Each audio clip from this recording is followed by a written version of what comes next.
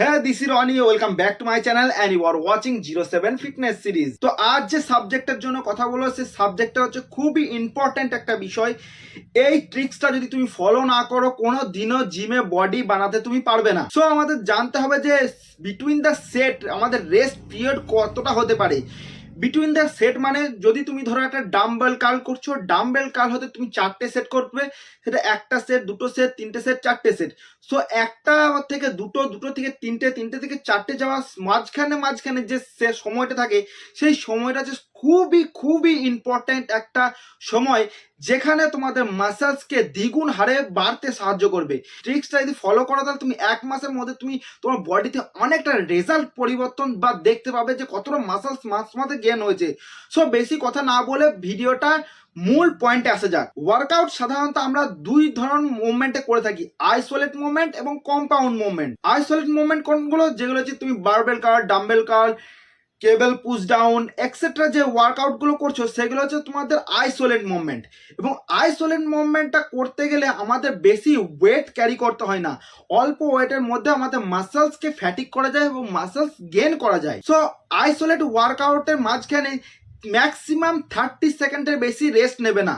এর থেকে বেশি রেস্ট নিতে গেলে তোমাদের মাসেলস রেস্ট হয়ে যাবে, মাসেলস ঠান্ডা হয়ে যাবে এবং মাসেলসে পাম্প অনুভব করতে পারবে না। সো যখনই আইসোলেট ওয়ার্কআউট করবে, বাইসেপস কার্ল, ডাম্বেল কার্ল যাই করো না কেন, তুমি একটা সেটের পর আর একটা সেটে ম্যাক্সিমাম 30 সেকেন্ড রেস্ট নিয়ে ওয়ার্কআউটটা করবে, দেখবে বেটার মাসেলস গেইন এবং বেটার মাসেল পাম্প তোমরা লক্ষ্য করতে পারবে। একটা মুভমেন্টে ওয়ার্কআউট করি, সেটা হচ্ছে আমাদের কম্পাউন্ড মুভমেন্ট।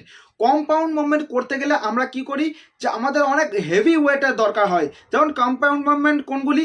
যেমন তোমাদের মিলিটারি প্রেস, ডাম্বেল প্রেস, ওকে, স্কোয়াট, এই ধরনের যে ওয়ার্কআউটগুলো আছে, মানে পুশ করার মতো যে ওয়ার্কআউটগুলো, সেগুলো সবসময় হচ্ছে কম্পাউন্ড মুভমেন্ট। এবং কম্পাউন্ড মুভমেন্ট আমরা সবসময় ওয়েট বেশি নিয়ে ওয়ার্কআউট করি।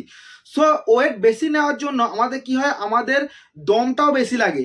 সো বিটুইন দ্য সেট মানে একটা সেট, দুটো সেটের মাঝখানে যে টাইমটা হবে সে টাইমটা হচ্ছে 1 মিনিট থেকে 1.30 সেকেন্ড ম্যাক্সিমাম। এই সময়টা রেস্ট নেওয়ার পর আবার যদি তোমার নেক্সট সেটটা করতে থাকো, দেখবে তোমাদের কম্পাউন্ড মুভমেন্ট করার জন্য রেস্টটা অনেক পাওয়ার জন্য নেক্সট যে ওয়েটটা ক্যারি করবে সেটা তুমি ঠিকঠাক ক্যারি করতে পারছো, তোমার রেপিটেশনও ঠিকঠাক আসবে এবং মাসেলস কন্ট্রাকশনও ভালো হবে এবং মাসেল মাইন্ড কানেকশনও ভালো আসবে। আইসোলেট মুভমেন্টের জন্য তোমরা 30 সেকেন্ড করে রেস্ট নেবে এবং কম্পাউন্ড এক্সারসাইজ যখন করবে, কম্পাউন্ড এক্সারসাইজের সময় তোমরা 1 মিনিট থেকে 1.5 মিনিট ম্যাক্সিমাম তোমরা রেস্ট নিতে পারো। এইভাবে যদি ওয়ার্কআউট করতে থাকো, তোমাদের মাসেলস গেইন হতে কেউ রুখতে পারবে না। এই ধরনের ছোট্ট ছোট টিপসগুলি পাওয়ার জন্য এবং তোমাদের বডি স্ট্রাকচারকে খুব তাড়াতাড়ি চেঞ্জ করার জন্য, এই ছোট ছোট টিপসগুলিকে ব্যবহার করে তোমাদের বডিকে চেঞ্জ করার জন্য আমার এই চ্যানেলটাকে সাবস্ক্রাইব করে নাও।